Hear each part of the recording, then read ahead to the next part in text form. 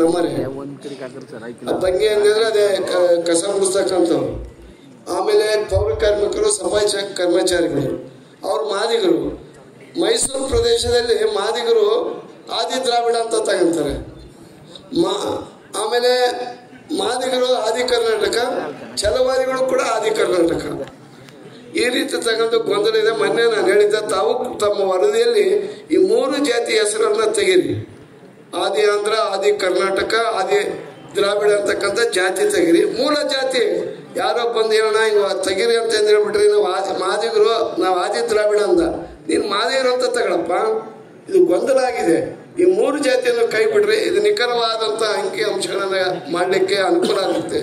ಈ ಕಾರಣಕ್ಕಾಗಿ ಒಂದು ನಮ್ಮ ಪೌರ ಕಾರ್ಮಿಕರ ನಾಯಕನಾಗಿ ಆ ಒಂದು ಸಮುದಾಯವನ್ನು ಸಂಘಟನೆ ಮಾಡ್ತಕ್ಕಂಥ ನಾರಾಯಣ್, ಮಾಜಿ ಮೇಯರು ಮತ್ತು ಸಫಾಯಿ ಕರ್ಮಚಾರಿ ಆಯೋಗದ ಮಾಜಿ ಅಧ್ಯಕ್ಷರು, ಅವರೊಬ್ಬರು ಮಾತಾಡ್ತಾರೆ. ನಂತರ GS ಮಂಜುನಾಥ್ ರವರು ಮನವಿ ಓದ್ತಾರೆ, ಅದನ್ನು ಅರ್ಪಿಸ್ತೀವಿ.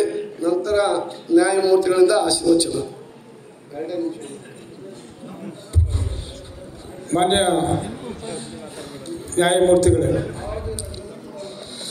75 ವರ್ಷ ಆಯಿತು ನಮ್ಮ ದೇಶಕ್ಕೆ ಸ್ವಾತಂತ್ರ್ಯ ಬಂತು. ಈಗ ಇನ್ನೂ ನಮಗೆ ಒಳ ಮೀಸಲಾತಿ ಸಿಕ್ಕಿಲ್ಲ, ಮೀಸಲಾತಿನೇ ಸಿಕ್ಕಿಲ್ಲ ಅಂತ ಹೇಳಿ ಮೀಸಲಾತಿಗಾಗಿ ನಾವು ನಮ್ಮ ಆಂಜನೇಯನವರ ನೇತೃತ್ವದಲ್ಲಿ ಈ ರಾಜ್ಯದಲ್ಲಿ ಹೋರಾಟ ನಡೀತದೆ. ಈ ಮೀಸಲಾತಿ ಹೆಂಗಾಗಿದೆ ಅಂದರೆ, ಯಾರು ಬಲಿಷ್ಠವಾಗಿದ್ದಾರೆ ಅವ್ರಿಗೆ ಸಿಗ್ತಾ ಇತ್ತು. ಅಂದರೆ ಒಂದು ಕಡೆ ಊಟ ಮಾಡಿರ್ತಾರೆ, ಯಾರು ಹೋಗಿ ಆ ಊಟ ತಿಂತಾರೆ. ಶಕ್ತಿ ಕೈಕಾಲು ಗಟ್ಟಿ ಇದ್ದವ್ರು ಮಾತ್ರ ಹೋಗಿ ತಿಂತಾ ಇದ್ದಾರೆ. ಯಾರು ಕೈಕಾಲು ಗಟ್ಟಿ ಇಲ್ಲ, ಯಾರು ಕುರುಡ್ರು ಮೂಗರು ಯಾರಿದ್ದಾರೆ ಅವ್ರಿಗೆ ಸಿಗ್ತಾನೆ ಇಲ್ಲ. ಅಂದರೆ ಅವರು SCಗಳು ಪಟ್ಟಿದ್ದಾರೆ. ಅದೇ ರೀತಿ ಪೌರ ಕಾರ್ಮಿಕರು ಇವತ್ತು ರಾಜ್ಯದಲ್ಲಿ 2 ಲಕ್ಷ ಜನ ಇದ್ದಾರೆ. ಅವ್ರ ಜನಸಂಖ್ಯೆ ಒಳ ಮೀಸಲಾತಿ ಇದು ನಮ್ಮ ಒಳಚರಂಡಿಯಲ್ಲಿ ಕೆಲಸ ಮಾಡೋರು 15,800 ಜನ ಇವತ್ತು ಒಳಚರಂಡಿಯಲ್ಲಿ ಕೆಲಸ ಮಾಡಿಕೊಂಡು ಪೌರ ಕಾರ್ಮಿಕರು ಇವತ್ತು ಕೆಲಸ ಮಾಡ್ತಾ ಇದ್ದಾರೆ. ಆದರೆ ಈ ಸಮಾಜ ಮಾದಿಗರು, ಮೂಲತಃ ಮಾದಿಗರು.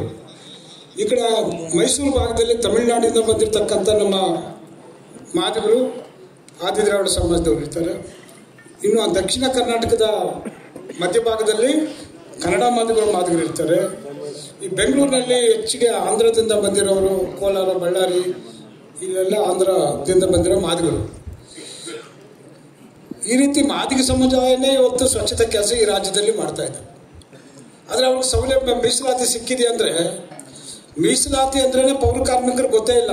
75 ವರ್ಷ ಆಗಿದೆ ಸ್ವಾತಂತ್ರ್ಯ ಬಂದು, ಮೀಸಲಾತಿ ಸಿಗ್ತಾ ಇದೆ. ಮೀಸಲಾತಿ ಜಾರಿಯಲ್ಲಿದೆ.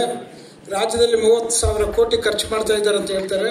ಆದರೆ ಪೌರ ಕಾರ್ಮಿಕರು ಯಾರು ಕಸ ಗುಡಿಸೋರು ಕೇಳಿ, ನೀವು ಮೀಸಲಾತಿ ಅಂದರೆ ಏನಮ್ಮ ಗೊತ್ತೇ ಇಲ್ಲ ಸ್ವಾಮಿ ಅಂತಾರೆ.